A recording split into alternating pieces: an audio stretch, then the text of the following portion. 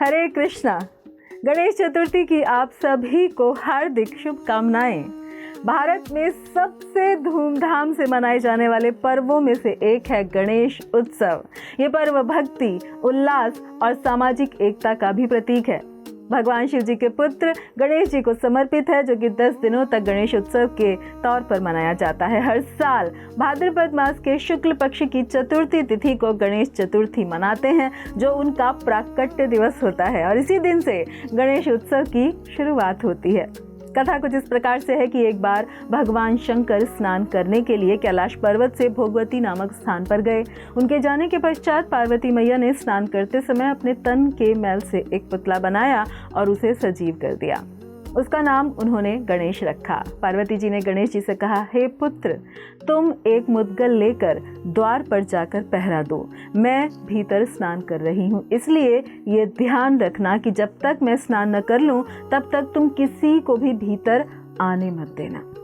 उधर थोड़ी देर बाद भोगवती में स्नान करने के पश्चात जब भगवान शिव जी वापस आए और घर के अंदर प्रवेश करना चाहा, तो गणेश जी ने उन्हें द्वार पर ही रोक दिया।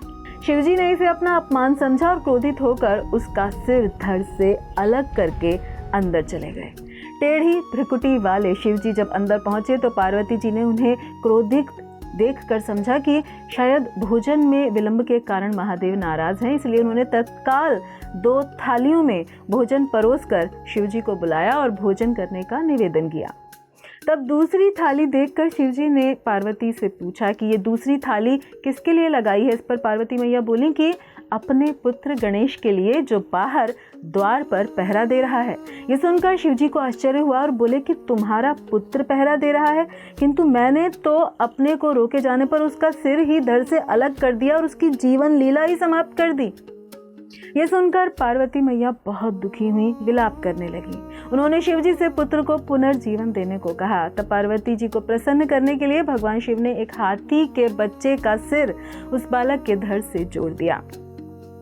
पुत्र गणेश को पुनः जीवित पाकर पार्वती मैया बहुत प्रसन्न हुई। उन्होंने अपने पति और पुत्र को भोजन कराकर फिर स्वयं भोजन किया। ये घटना भाद्रपद शुक्ल चतुर्थी को घटित हुई थी, इसलिए यह तिथि पुण्य पर्व यानी गणेशोत्सव, गणेश चतुर्थी के रूप में मनाई जाती है। भक्त अपने घरों में, ऑफिस में या पंडाल में गणेश जी की स्थापना करते हैं, जिसमें प्रत्येक मंडल में पुजारी 4 मुख्य पवित्र अनुष्ठानों को करते हैं। पहले चरण में पवित्र मंत्रों के उच्चारण से मूर्तियों में प्राण प्रतिष्ठा की जाती है। इस अनुष्ठान के बाद श्री गणेश को 16 तरीके से श्रद्धांजलि देते हैं। फिर उत्तर पूजा की जाती है, जिसमें मूर्ति को एक स्थान से दूसरे स्थान पर भेजा जा सके। आखिरी अनुष्ठान गणपति विसर्जन का है। साधारणतः भी जब हम किसी का जन्मदिन मनाते हैं तो हम ये तो नहीं कहते ना कि हमें क्या मिलेगा, मैं आपके लिए ये कर रहा हूँ तो आप मुझे क्या दे सकते हैं, क्या देना चाहेंगे। नहीं, ये पूजा नहीं है, ये प्रेम भी नहीं है, ये व्यापार है। जबकि पूजा प्रेम का स्वरूप है। इसलिए हमें कृतज्ञ रहना चाहिए। किसके लिए? जो गणपति ने हमें दिया है, और वो हमें और क्या दे सकते हैं। हम सबके आध्यात्मिक जीवन की जो भूमिका है वो गणपति जी के कारण ही है, क्योंकि वेद पुराण लिखे हैं उन्होंने, और वेदों के बिना ये ज्ञान नहीं मिलता कि हम जिएं कैसे, जीवन क्या है, क्यों है, भक्ति कैसे करें और किसकी करें। और इन्हीं वैदिक शास्त्रों से ही हमें ये प्रमाण मिलता है कि गणेश जी भगवान श्री नरसिम्हा देव के भक्त हैं। भगवान नरसिम्हा देव के बहुत प्रिय भी हैं, और नरसिम्हा भगवान ने गणेश जी को विशेष रूप से ये शक्ति दी है कि जो कोई भी उनकी पूजा करेगा उसके जीवन के सारे विघ्नों को वे दूर करेंगे। जैसे उनका शरीर विशाल है, बुद्धि भी विशालकाय है।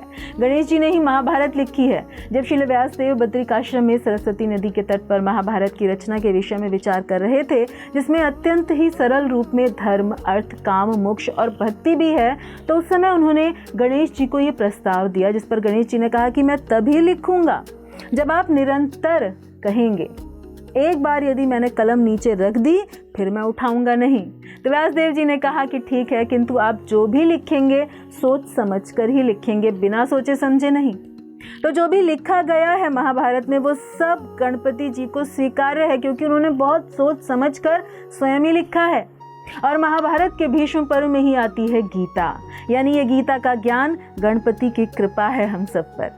गीता में वर्णन है, कांक्षतम कर्मणाम सिद्धि यजंतम इह देवताः क्षिप्रम ही मानुषे लोके सिद्धिर्भवति कर्मजा।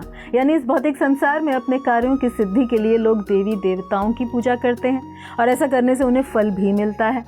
तो इस प्रकार हम जिस भी इच्छा से गणेश जी की आराधना करेंगे वो हमें मिलेगा अवश्य। वो सारे विघ्नों को हटा देंगे, उनकी शक्ति है। पर प्रश्न ये है कि हमें क्या मांगना चाहिए। हमें मांगना नहीं आता। हमारे शास्त्र हमें बताते हैं कि हमें क्या मांगना चाहिए। गणपति जी की आरती के अंत में भी आता है कि कायेन वाचा मनसेन्द्रियर्वा बुद्ध्यात्मना वा प्रकृति स्वभावात् करोमि यत् यत् सकल परस्मै नारायण येति समर्पयामि। अच्युतम केशवम राम नारायणम कृष्ण दामोदरम वासुदेवम हरे। हरे राम राम राम हरे हरे, हरे कृष्ण कृष्ण कृष्ण हरे हरे। ये है गणपति की आरती। अर्थात अपने इस शरीर से, अपनी वाणी से, अपने मन से, अपनी सभी इंद्रियों से, अपनी बुद्धि से, अपनी आत्मा से जो कुछ भी मैं करता हूँ वो सब कुछ उस भगवान श्री नारायण को, जो तीनों गुणों के परे हैं, उनको समर्पित होने दो। और किस प्रकार? हरे राम राम राम हरे हरे, हरे कृष्ण कृष्ण कृष्ण हरे हरे। तो वास्तव में यज्ञपति यज्ञेश्वर हैं श्री विष्णु भगवान श्री कृष्ण, और सभी देवी देवता जैसे गणपति उनके महान भक्त हैं। तो हमें इस प्रकार प्रार्थना करनी चाहिए कि हम मूर्ख हैं, हमें नहीं पता कि हमारे लिए क्या अच्छा है, कृपया आप ही बताइए। तो निश्चित रूप से गणपति और सभी देवी देवता भी हमें पूर्ण पुरुषोत्तम भगवान श्री कृष्ण के श्री चरणों में ही भेजेंगे।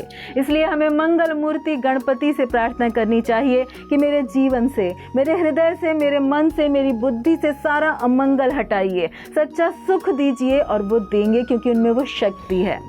सच्चा सुख क्या है इसका ज्ञान दीजिए, सच्चे दुख का हरण कैसे करना है ये ज्ञान भी प्रदान कीजिए। और इसी मंगल भावना के साथ आप सभी को गणेशोत्सव की हार्दिक शुभकामनाएं। धन्यवाद। हरे कृष्णा।